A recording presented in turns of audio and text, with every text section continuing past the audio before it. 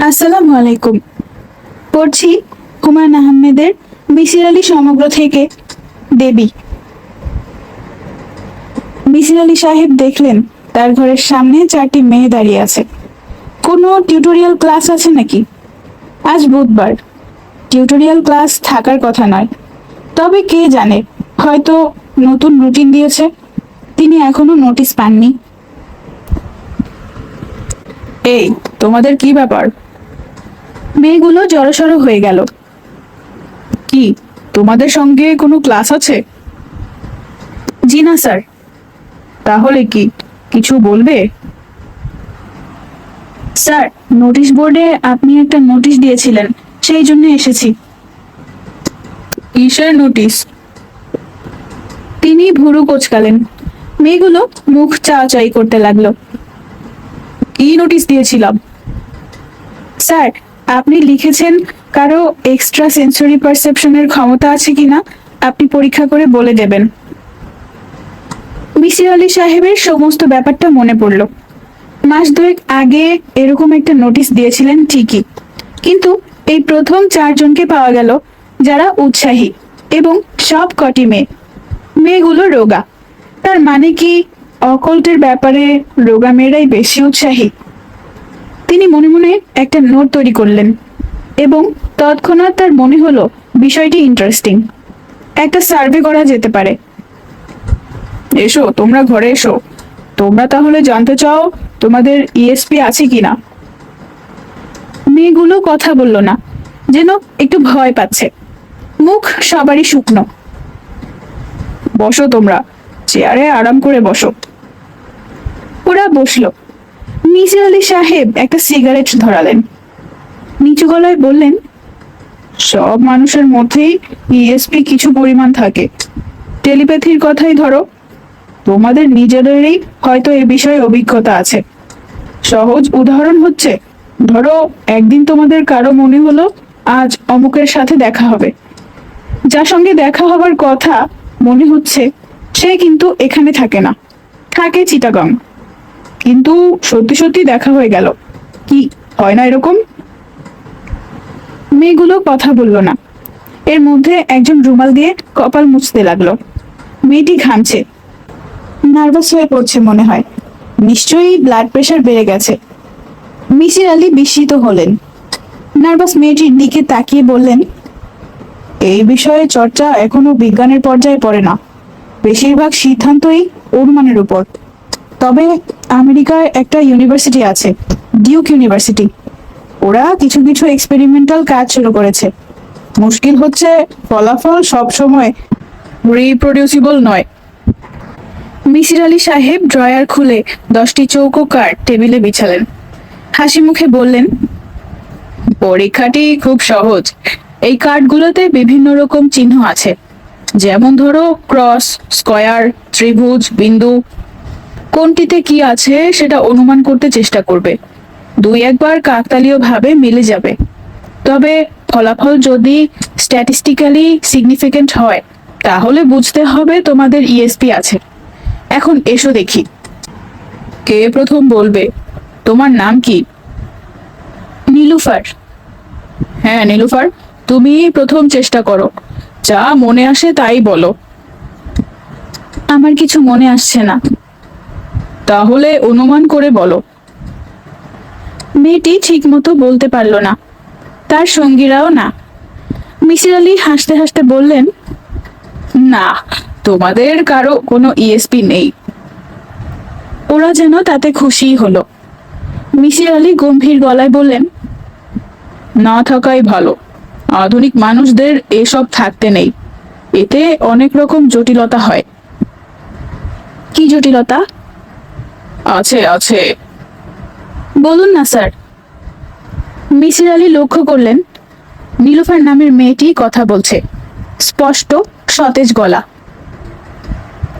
অন্য আরেকদিন বলবো, আজ তোমরা যাও।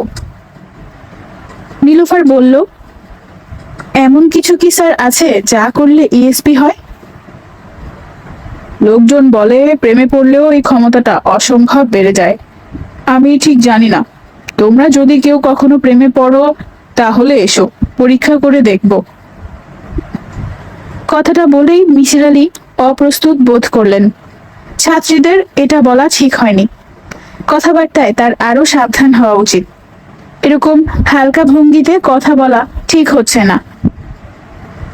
স্যার, আমরা যাই? আচ্ছা, ঠিক আছে, দেখা হবে।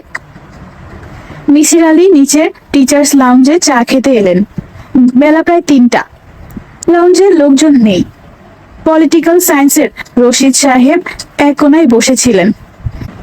তিনি অস্পষ্ট স্বরে ডাকলেন, এই যে মিসির সাহেব, অনেকদিন পর মনে হয় এলেন এদিকে, চা খাবেন?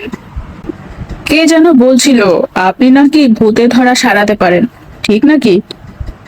জি না, আমি ওঝা নই। রাগ করলেন নাকি? আমি কথার কথা বললাম। না, রাগ করবো কেন? আচ্ছা মিসির আলী সাহেব, আপনি ভূতে বিশ্বাস করেন? না। রশিদ সাহেব উৎসাহিত হয়ে উঠলেন। আত্মা, আত্মায় বিশ্বাস করেন? না ভাই, আমি একজন নাস্তিক। আত্মা নেই এই জিনিসটা কি প্রমাণ করতে পারবেন? কি কি যুক্তি আছে আপনার হাতে? মিসির আলী একটি দীর্ঘ নিঃশ্বাস ফেললেন। রশিদ সাহেব বললেন, আত্মা যে আছে এর পক্ষে বিজ্ঞানীদের কিছু চমৎকার যুক্তি আছে। থাকলে তো ভালোই। বিজ্ঞানীরা জড় জগৎ বাদ দিয়ে আত্মা টাত্মা নিয়ে উৎসাহী হলেই কিন্তু ঝামেলা। রশিদ সাহেব, আমার মাথা ধরেছে, এ নিয়ে আর কথা বলতে চাই না, কিছু মনে করবেন না। মিসির আলী চা না খেয়েই উঠে পড়লেন। তার সত্যি সত্যি মাথা ধরেছে, প্রচন্ড ব্যথা, বড় রকমের কোনো অসুখের একটা পূর্ব লক্ষণ। নীলু ইউনিভার্সিটি থেকে ফিরে এসে দেখে তার বিছানার উপর চমৎকার একটি প্যাকেট পড়ে আছে। ব্রাউন কাগজে মোড়া প্যাকেটে গোটা গোটা করে তার নাম লেখা। নীলুর বুক কেঁপে উঠল। বিলুর চোখে পড়েনি তো?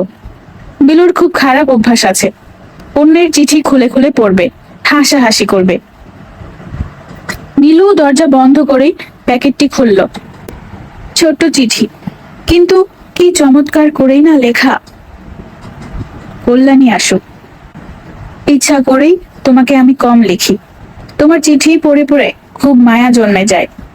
এই বয়সে আমার আর মায়া বাড়াতে ইচ্ছা করে না, মায়া বাড়ালেই কষ্ট পেতে হয়।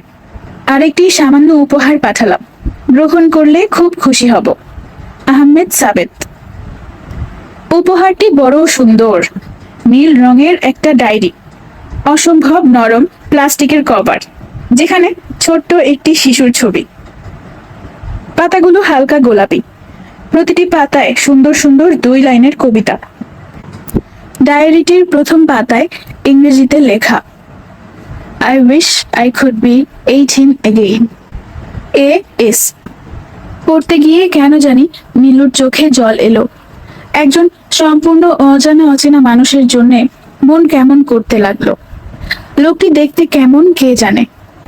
সুন্দর নয় নিশ্চয়ই, বয়স্ক মানুষ, হয়তো চুল টুল পেকে গেছে, তাতে কিছু আসে যায় না। মানুষের বয়স হচ্ছে তার মনে, মন যতদিন কাঁচা থাকে ততদিন মানুষের বয়স বাড়ে না। এই লোকটির মন অসম্ভব নরম, শিশুর মতো নরম। নীলুর মনে হলো এই লোকটি স্বামী হিসেবে অসাধারণ ছিল। তার স্ত্রীকে সে নিশ্চয়ই সমস্ত হৃদয় দিয়ে ভালোবেসেছে। নীলু রাতের বেলা দরজা বন্ধ করে দীর্ঘ একটা চিঠি লিখল। আপনি এমন কেন?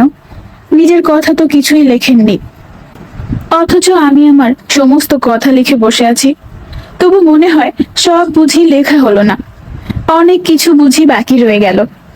আপনি আমাকে এত সুন্দর সুন্দর উপহার দিয়েছেন, কিন্তু আমি তো আপনাকে কিছুই দিইনি। আমার কিছু একটা দিতে ইচ্ছা করে, কিন্তু আমি তো জানি না আপনি কি পছন্দ করেন। আচ্ছা, আপনি কি টাই পরেন? তাহলে লাল টকটকে একটা টাই আপনাকে দিতে পারি। জানেন, পুরুষ মানুষের এই একটা জিনিসই আমি পছন্দ করি, কিন্তু হয়তো আপনি টাই পরেন না, ঢিলে ঢালা ধরনের মানুষদের মতো চাদর গায়ে দেন। আপনার সম্পর্কে আমার খুব জানতে ইচ্ছে করে। একদিন আসুন না আমাদের বাসায়, 1 কাপ চা খেয়ে যাবেন। জানেন, আমি খুব ভালো চা বানাতে পারি। অন্য কেউ চা বানিয়ে দিলে আমার বাবা খেতে পারেন না, সব সময় আমাকে বানাতে হয়। গত রোববারে কি হলো জানেন? রাত 3টায় বাবা আমাকে ডেকে তুলে বললেন, মা, 1 কাপ চা বানাতো, বড্ড চায়ের তৃষ্ণা পেয়েছে। আপা, দরজা বন্ধ করে কি করছো? নীলু অপ্রস্তুত হয়ে দরজা খুলল। বিলু দাঁড়িয়ে আছে, সন্দেহজনকভাবে তাকাচ্ছে। কি করছিলে? কিছু করছিলাম না। বিলু বিছানায় এসে বসলো।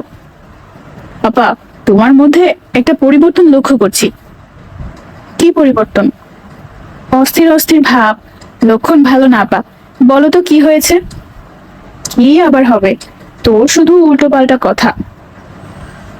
কিছু একটা হয়েছে আপা, আমি জানি। কি যে বলিস! আমার কাছে লুকোতে পারবে না আপা, আমার চোখকে ফাঁকি দেওয়া মুশকিল। যা ভাগ, পাকামো করিস না। বিলু গেল না, কাপড় ছাড়তে ছাড়তে বলল, রানু আপাকেও আমি বললাম তোমার পরিবর্তনের কথা, তারও ধারণা তুমি কারো প্রেমে পড়েছো। আমার তো খেয়ে দেয়ে কাজ নেই, তাছাড়া প্রেমটা আমার সঙ্গে করবে কে? চেহারার এই তো অবস্থা। খারাপ অবস্থাটা কি? রংটা একটু ময়লা, এছাড়া আর কি? নীলু ছোট্ট একটি নিঃশ্বাস ফেলল। নিঃশ্বাস ফেলছো কেন আপা? নিজের চেহারা সম্পর্কে তোমার এমন খারাপ ধারণা থাকা উচিত না। সবাই তো আর রানু আপার মতো হয় না, হওয়া উচিত নয়। উচিত নয় কেন? সুন্দরী মেয়েদের অনেক রকম প্রবলেম থাকে। কি প্রবলেম? রানু আপার মাথা খারাপ, সেটা তুমি জানো? কি বলছিস এসব? ঠিকই বলছি। আকবরের মা একদিন দুপুরে কি জন্য যেন গিয়েছিল, শুনে রানু আপা নিজের মনে হাসছে এবং কথা বলছে। তাই নাকি? হ্যাঁ, কথাগুলো বলছে আবার 2 রকম গলায়। আকবরের মা প্রথম ভেবেছিল কেউ বোধহয় বেড়াতে এসেছে, শেষে ঘরে ঢুকে দেখে কেউ নেই।